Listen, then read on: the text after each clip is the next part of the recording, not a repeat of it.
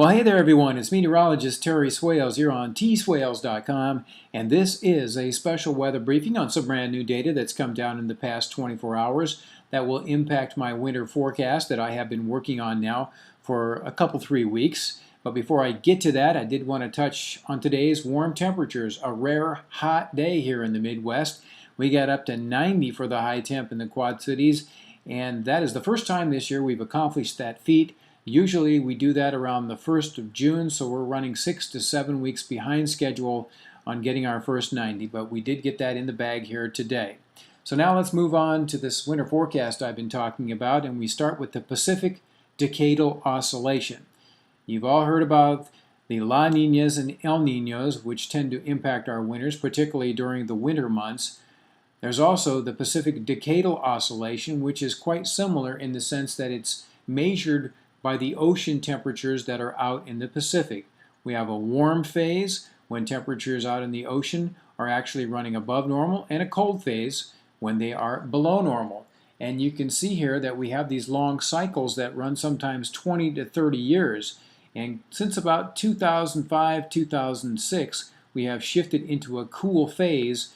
And one of the things I can tell you about that is when we are in a cool phase, as a rule, winters tend to be cooler, or I should say colder probably, over the upper Midwest. And as you get colder temperatures, most likely it's going to be snowier as well. It's not every year, but over that 20 to 30 year period, that's generally the way it averages out.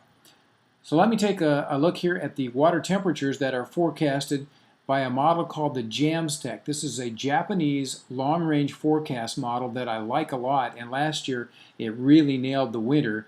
And this is the forecast that's just come out from it. And what I wanted to show you here is the water temperatures that are out in the Pacific. Notice that it's warmer in the central Pacific. Also, there's another pocket of warm air just off the Pacific Northwest, up there in the Gulf of Alaska. So there's two distinct areas that we see these warm waters. This really ties in quite nicely with the Pacific Decadal Oscillation that I showed you earlier. So the JAMSTEC model sees that coming up December, January, and February, which technically is considered winter. Now, let's correlate those water temperatures to what you would expect to see when you get into this type of situation.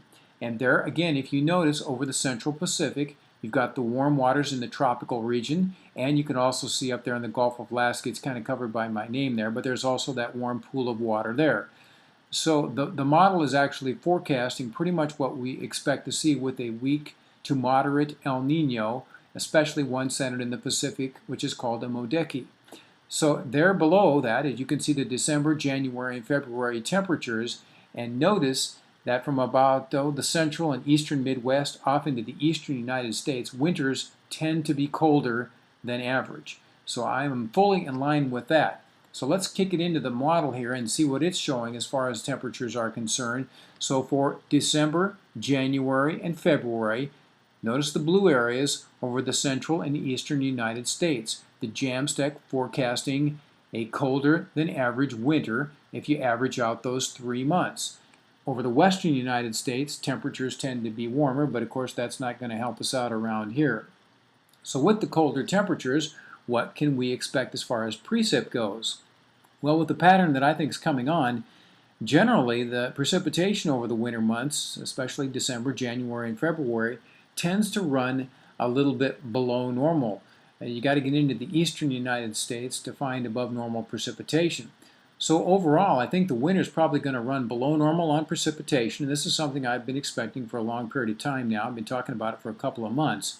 But because the temperatures will also be colder than normal, I think a lot of the precipitation that we do get will come in the form of snow.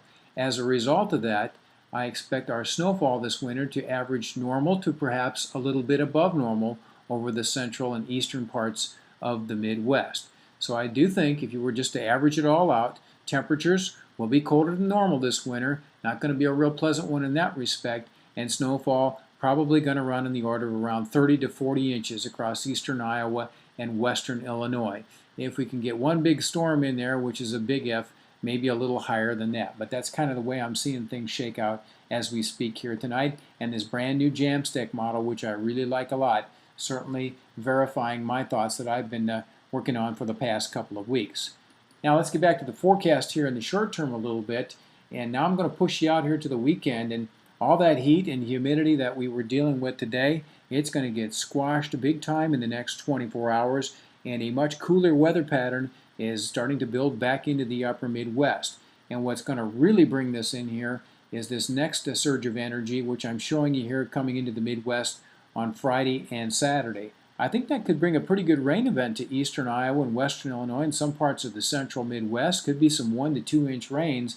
And then behind that, boy, look what happens to the old jet stream. It digs into the eastern U.S. once again, a massive trough for this time of year. That is a tremendous anomaly right there. So once again, cool air plows into the Midwest, and our temperatures are expected to run way, way below normal here as we get towards the end of July. This is the 28th, and the temperature anomalies you're looking at there are running around 15 to 25 degrees below what is typical, and that could once again mean some highs in the upper 60s to low 70s over much of the Midwest. And believe me, with normal highs in the mid 80s, that is some very fresh air. It's tough to do this time of year. So essentially, I'll get on with things here now and let you get on to your day too, but I did want to pass on this new information about what we might expect here for the winter months and also this next cool snap, which is in the cards here later this weekend. That is your special weather briefing for today. You all have a great day out there, and thanks for visiting tswails.com. And of course, as I always say, roll weather.